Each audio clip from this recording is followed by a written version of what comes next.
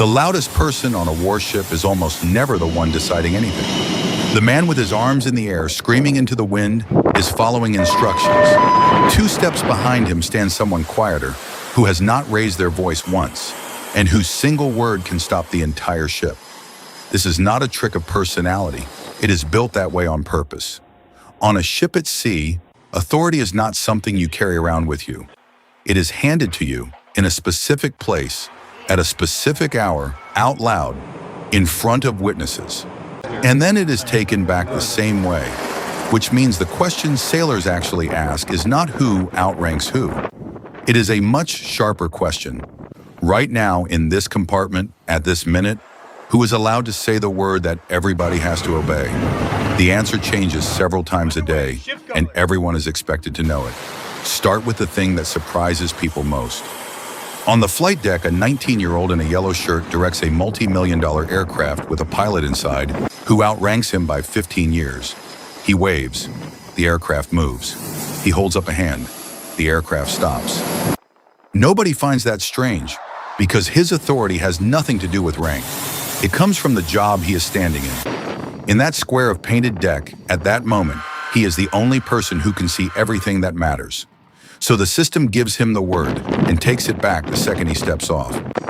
That is the first rule underneath all the others. Authority on a ship is attached to positions, not to people. The position is called a watch. You stand it for a set number of hours, you hold exactly the power that position holds, and when it ends, you hand every bit of it to the next person. So the same sailor can be the most powerful voice in a space at 2 in the morning and just another body in coveralls by breakfast. Nothing about him changed. What changed is which chair he is sitting in and whether anyone has formally given him the space. Now go up to the bridge where this gets almost theatrical. There are usually a dozen people up there. Several of them are officers. Several are wearing headsets. Several are talking. Exactly one of them is steering the ship, and it is not necessarily any of the ones you would guess. The ship's course and speed belong to one person at a time. Whoever holds it says so out loud, by name, so the entire bridge hears it, and the helmsman answers only to that voice. Not the loudest voice, not the most senior, the one that was announced, which is why the handover is spoken like a ritual. The person taking it states that they have it. The person giving it up states that they have given it up. Everyone within earshot hears both halves. There is no version of this where 2 people quietly think they are steering.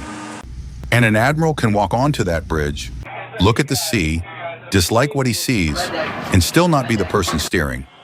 If he wants the ship to turn, he says so to the one who holds it, and that person gives the order.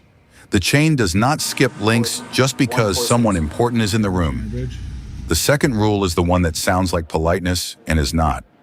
Every order is repeated back, word for word, by the person receiving it.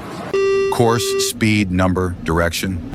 The exact words in the exact order, spoken back into the same headset. This is not respect. It is verification. A ship is a loud place. Engines, blowers, wind, aircraft, hearing protection, and often 2 people whose first languages are different. An order that was almost heard correctly is more dangerous than an order that was not heard at all. So the loop is only closed when it comes back. You give it, it returns to you in your own words. You confirm it. 3 steps every single time for something as small as a rudder angle. Skip the repeat and the person who gave the order has no idea whether anything happened at all. You can see the same idea in the hands. Down on the deck, in noise that erases every word, a raised fist, 2 fingers, a flat palm, arms swept outward. Each one is a sentence. Each one is answered by a matching gesture before anything moves. That is the whole language of the deck, and it exists for one reason. Whether it goes through a headset, a signal lamp, or a pair of hands, the rule underneath is identical. Nothing counts as an order until the person receiving it has proven they got the same order you sent. Subscribe. The third rule is where the hierarchy stops looking like a pyramid. Because there are things a very junior sailor can do that no one at any rank is allowed to override. And every crew is trained until those things are automatic.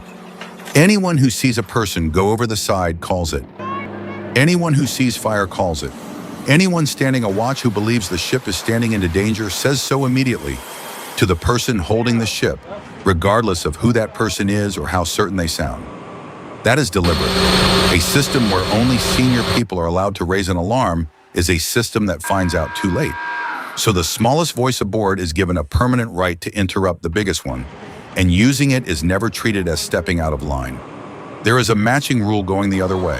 An order that would put the ship or the crew somewhere they cannot survive is not a legal order. Sailors are taught this in training, plainly, and it is one of the reasons the chain of command is written down instead of improvised.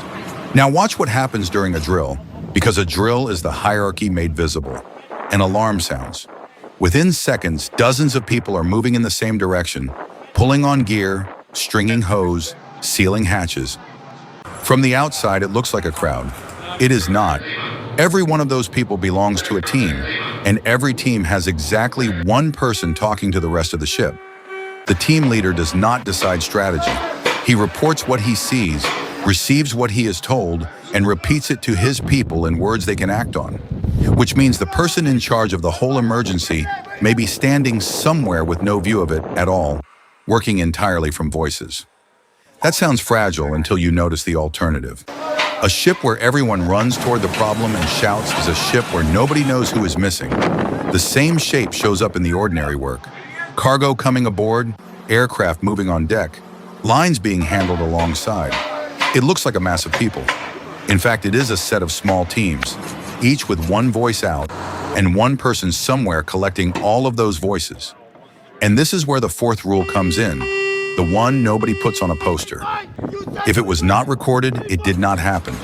The ship keeps a written account of itself hour by hour in handwriting, in a book. Courses, speeds, who took the watch and at what minute. When the ship went to a different condition, when someone reported something unusual. Not a summary written later from memory, but entries made at the time by the person standing there. Memory is exactly the thing you cannot trust on a ship. Crews rotate, watches change every few hours, and people are chronically short of sleep. The book does not get tired. It is the only version of the day that survives after everyone who lived it has gone off watch. Which is also why turnover between watches is not a conversation. It is a list. Equipment out of service. Contacts being tracked. What the ship is about to do. Anything the last person is unsure about. The relief acknowledges it, and only then does the responsibility actually move. Until that moment, it has not moved.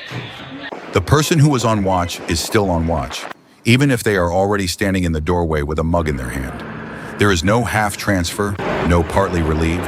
It is one person, completely, until it is the other person, completely. Now here's the part that confuses visitors most. Walk through a working space and watch who people actually look at when something goes wrong. Very often, it is not the officer. It is a senior enlisted sailor with 20 years aboard who says very little and is never ignored. He may not hold the formal authority in that space. He does not need to. He is the person who knows how the equipment behaves at 3 in the morning, who trained half the people standing there, and whose opinion the officer will ask for before deciding anything.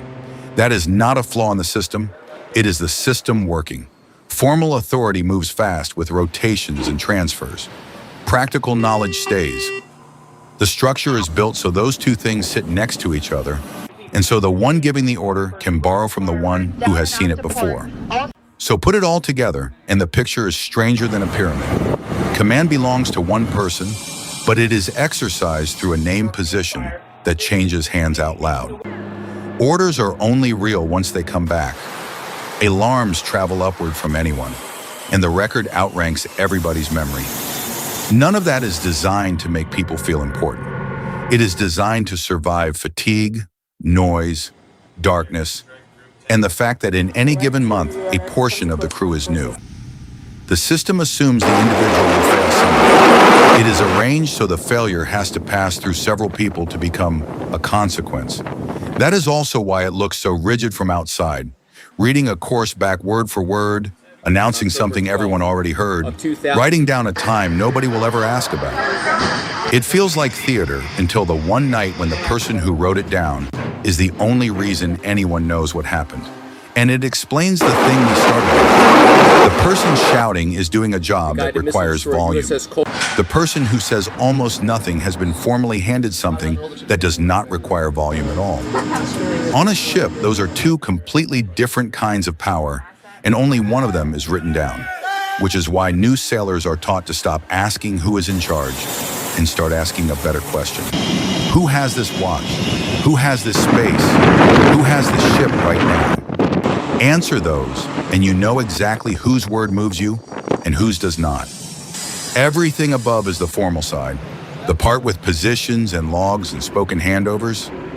But every crew will tell you there is a second structure sitting on top of it, one that never appears in any document, and that is often the one that actually runs the day. Next time, that second structure. What a chief can do that an officer cannot. The authority that comes with no paperwork attached, why officers learn to ask before they order, and why a ship where those two systems disagree is a ship in trouble. That is the next one. Stations make manned and ready reports to damage control center.